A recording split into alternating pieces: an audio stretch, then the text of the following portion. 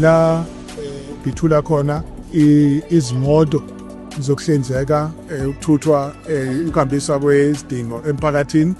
Lezi moto niyasibona zisive imali engaphezulu kwa 300 million rand, and okusho ukuthi inkinga ebekade sinazo angisho ukuthi siqedile zonke, kodwa ezonke nje kubula kahle ukuthi laba be-disability sector ba-complaina thina bathi hey lamabhasini are not user friendly, abakwazi ukwagibela. Namhlanje-ke sesibajolele amabhasi, ama-water tankers and amaloli lawa ahambisa amanzi.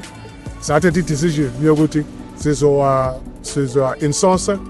Awuzoba khona abantu abanovayo ngoba wonke lama-truck lawa adeliver amanzi anama-track, okusho ukuthi sizokwazi uku-tracker i-water tanker ngayinye ukuthi ibikuphi and ihambe amtibanga elingakanani isidulivela amanzi emphakathini.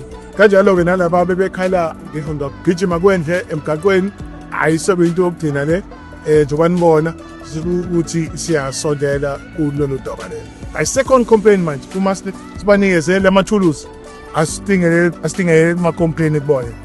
Sibambisane nabasebenzi bethu udeliver ama-services ephakathini kusama nakho.